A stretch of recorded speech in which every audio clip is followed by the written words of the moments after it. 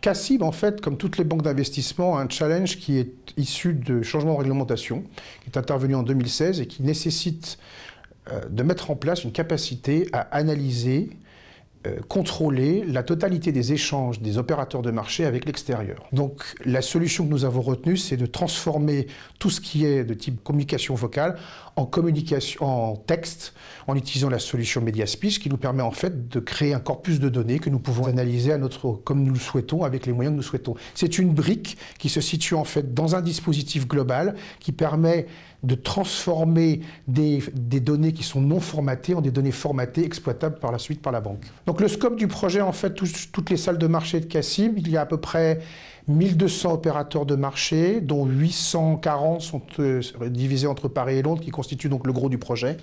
Donc au départ, notre projet, ça consiste à transformer toutes les conversations des opérateurs de Londres et de Paris dans deux langues, le français et l'anglais. Dans le projet CACIB, Bertin Haïti a eu la chance de pouvoir proposer nos solutions de traitement de la parole. Ce que nous avons proposé, c'est finalement deux sujets. Le premier, une brique technologique, MediaSpeech, et surtout un projet client.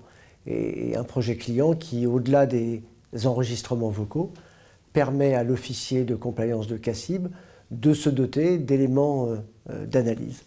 C'est vrai que dans un projet client et dans le projet CACIB, on a eu à essuyer quelques plâtres, dû à la complexité du sujet des salles de marché.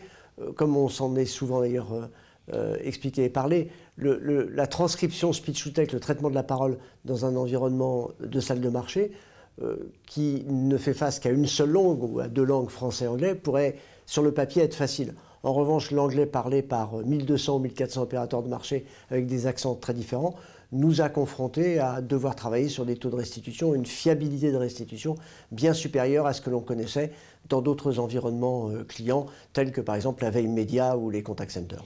Oui, tout à fait. En fait, le premier problème déjà, c'est l'environnement lui-même de la salle de marché qui est extrêmement complexe techniquement.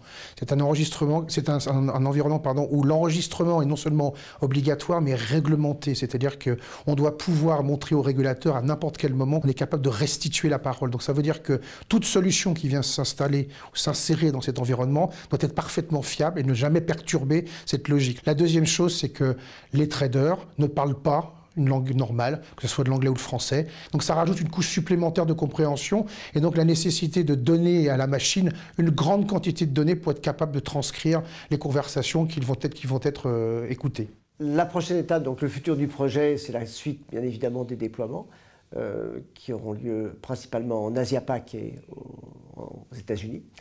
Et puis, bien évidemment, qui dit Asia-Pac, qui dit États-Unis, dit sans doute l'ajout de langues additionnelles. On était très centré sur le français et l'anglais. Et demain, après-demain, nous y associerons le mandarin chinois et l'espagnol.